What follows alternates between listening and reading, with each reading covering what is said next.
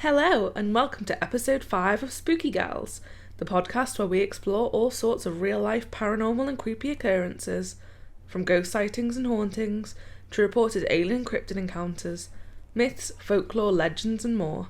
Every week we'll cover a different true spooky story. We're your hosts. I'm Katrina. And I'm Jasmine. Hello. Yay, hello. Once again. How Wow. are you, Jasmine? I'm good, thank you. I've had a hell of a week at work this week. I don't know what it is, but every time I take time off and I come back to work, I swear it's a myth that you're meant to feel refreshed, because I just feel more sick of my job every time I leave for any period of time. And I took a very nice, comfortable week off last week, so Yay. this week's been a struggle. Oh no. But it's all good. How about you? Well, as I've already told you, I've had food poisoning, so I'm sorry that this episode is a bit later than it should have been. But this is the first time I've actually gotten out of bed. So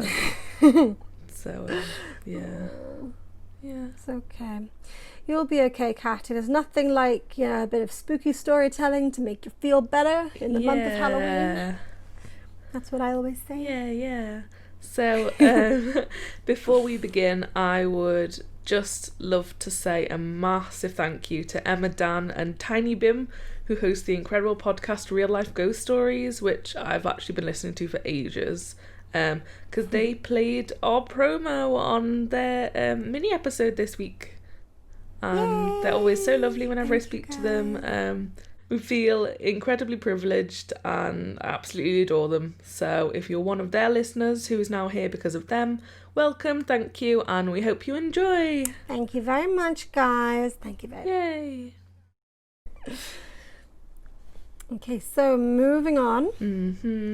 What do you have for us this week, Kat? So for this week, I have The Curse of Ötzi the Iceman.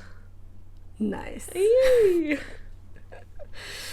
I didn't know there was a curse. I've heard of him. Oh. So it's mummy. people related to his discovery, and they're tragic. I was gonna be like people related to him. So there's more than one mummy. Now that would be fun. Yeah. Like a little ice mummy family. But yeah. So my sources for this are, of course, Wikipedia, theparanormalguide.com, The Guardian, theindependent.co.uk, and Ranker.com. Yay. So, Ötzi the Iceman is Europe's oldest known natural human mummy, having lived between 3,400 and 3,100 BCE. The mummy was found on the 19th of September 1991 by two German hikers in the Ötztal Alps, on the border between Austria and Italy, hence the name Ötzi. Because Ötzi was covered in ice quickly after his death, his body was so well preserved when found that the hikers actually believed he was a recently deceased mountaineer. When the body was examined, his stomach still contained partially digested food, including ibex, wild goat meat, suggesting he had eaten less than 2 hours before his death. Okay, so I'm already getting some big alarm bells ringing. I believe the number one protocol when you find a mummy is leave it the fuck alone. Yeah.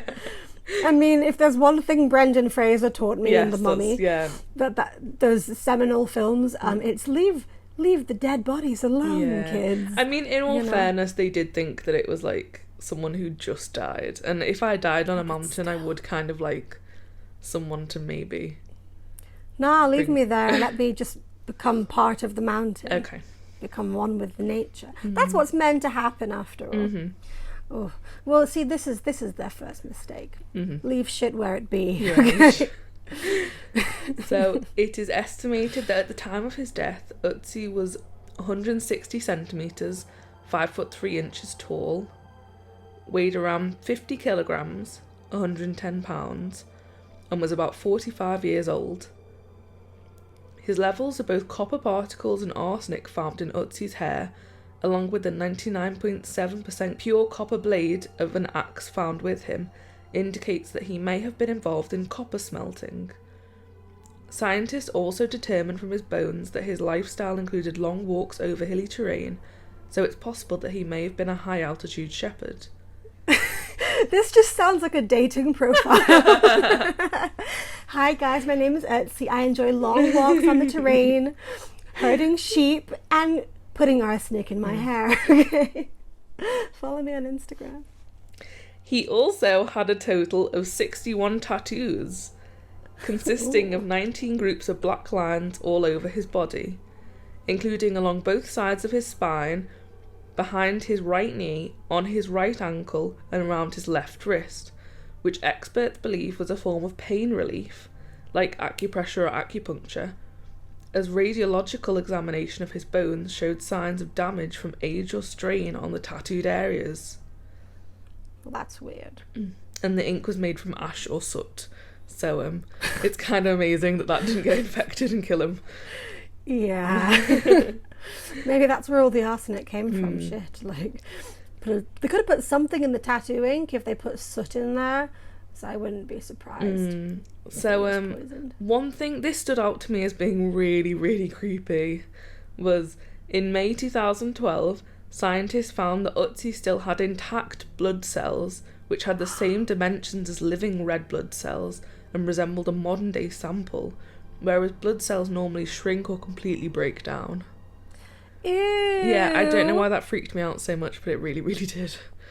Ew, Christ. Either those mountains are hella good fridges, or, yeah, that's pretty fucked up. Maybe he's weird. A vampire. Oh, it's a vampire mummy. Yeah. Crossover. The crossover we all deserve. Vampire Diaries with Ötzi the Iceman. So, Ötzi was initially believed to have died from exposure during a winter storm. However, a 2001 X-ray and CT scan revealed an arrowhead found lodged in his left shoulder, which would have been a fatal wound, and would most likely be fatal even with modern medicine. Further examination showed that the arrow's shaft had been removed before death, and there were bruises and deep cuts on Ötzi's hands, wrists and chest, some of which even went down to the bone, as well as trauma to the head suggesting he'd been hit.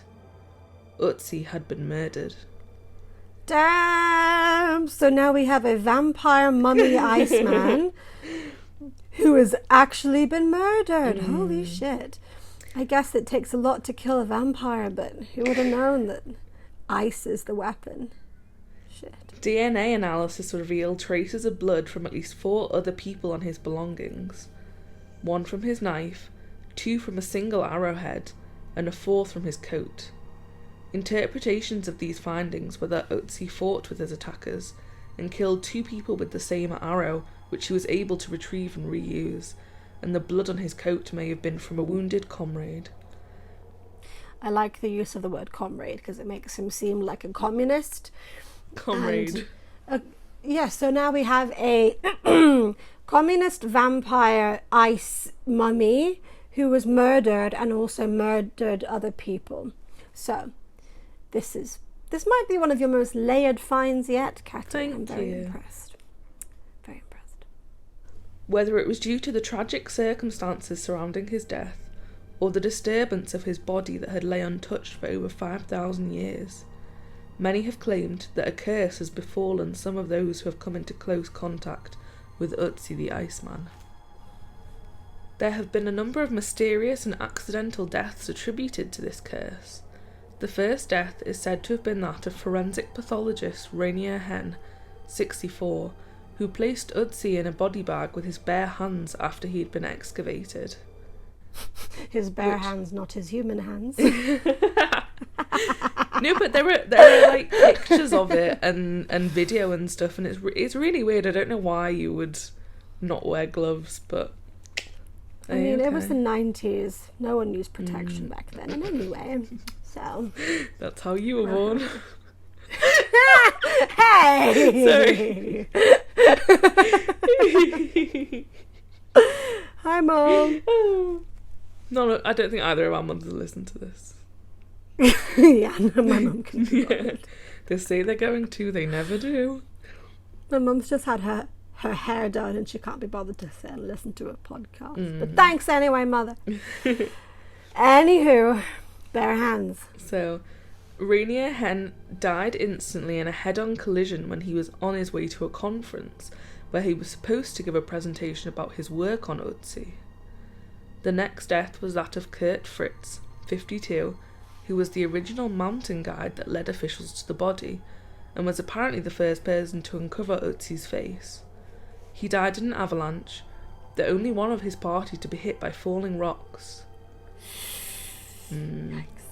The third potential victim of the curse was journalist Rainier Holtz, 47, who was the only person allowed to film the recovery of the Iceman and compiled his footage into an hour-long documentary, and died of a brain tumour shortly after finishing it.